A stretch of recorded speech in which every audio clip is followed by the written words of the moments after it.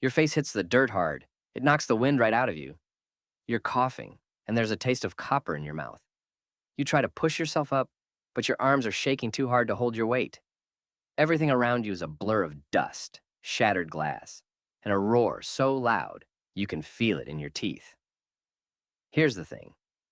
This isn't an earthquake. It isn't a bomb. It's something so simple you've never once thought to be afraid of it. And by the end of this video, you'll never look at a clock the same way again.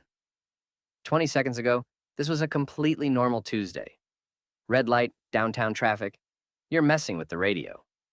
The guy in the van next to you takes a sip of water. Nobody on the sidewalk even looks up from their phone. What none of you know is that you're all moving at 800 miles per hour. Right now. The Earth's surface at your latitude spins that fast. You just can't feel it, because everything around you, the road, the air, your own body, is moving at the exact same speed.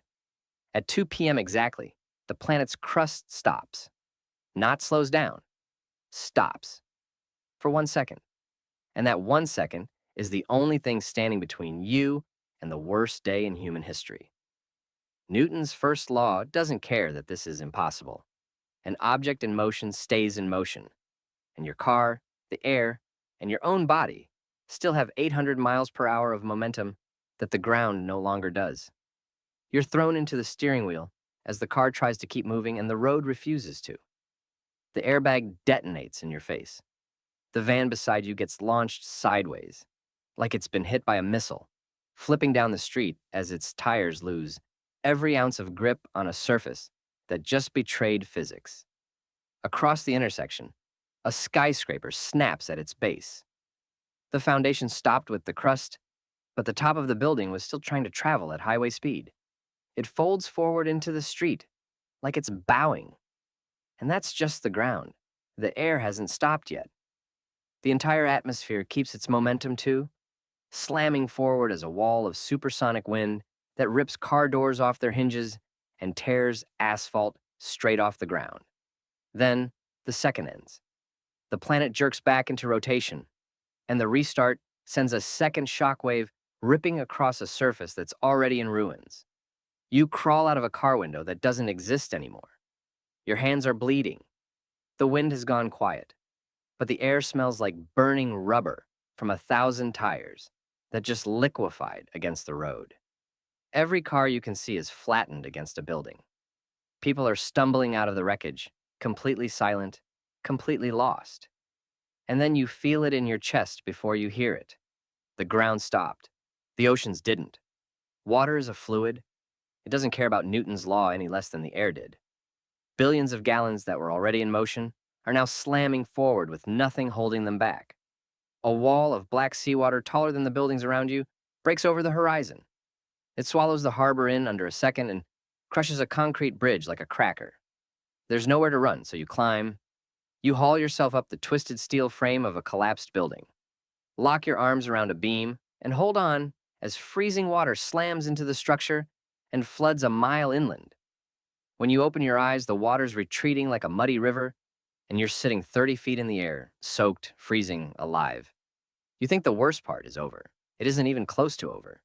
Your phone is dead not from the water. Every cell tower within 100 miles was sheared off by the wind, and there is no signal left to find. The power grid is gone too. The physical wires and transformers couldn't survive forces that strong.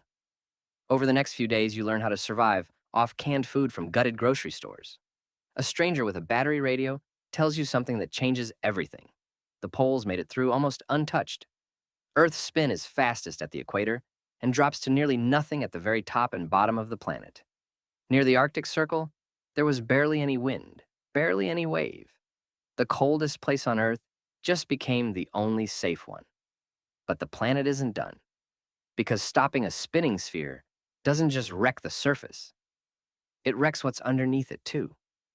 Miles below your feet, Earth's molten core and mantle never stopped moving. They had their own momentum completely separate from the crust. So for 1 second, the inside of the planet and the outside of the planet were spinning at two different speeds. That kind of friction has to go somewhere. It goes into the tectonic plates, grinding them into each other hard enough to tear the ground open. Every dormant fault line and every sleeping volcano fires at once because the pressure spike hits the entire planet simultaneously, not just one region. The sky stops being blue. It turns into a thick lid of ash and sulfur, and within a week it's blocked enough sunlight that day becomes a permanent dark twilight. The temperature crashes, seawater freezes solid in the streets. And somewhere in that first brutal winter, you understand that nothing is ever growing on this surface again. Not for a very long time. 10 years later, you're standing in a concrete hallway holding a wrench. The air smells like oil, dirt, and recycled oxygen. Your skin hasn't seen real sunlight since the day this all started. Humanity didn't die.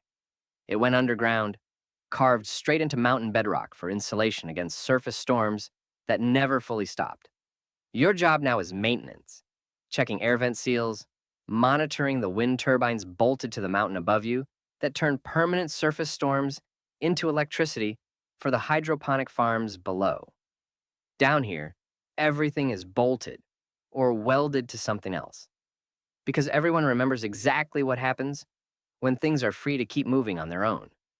Back in your room, you pick up an old mechanical watch and watch the second-hand tick.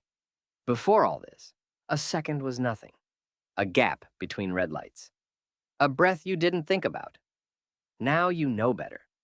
You know that everything, every building, every breath, every life on this planet depends on a giant rock spinning quietly in the dark, never once missing a beat. So here's the question I want you to sit with. If the Earth has never once skipped that beat in 4.5 billion years, what do you think the odds actually are that it never will? Let me know what you think in the comments, and I'll see you in the next one.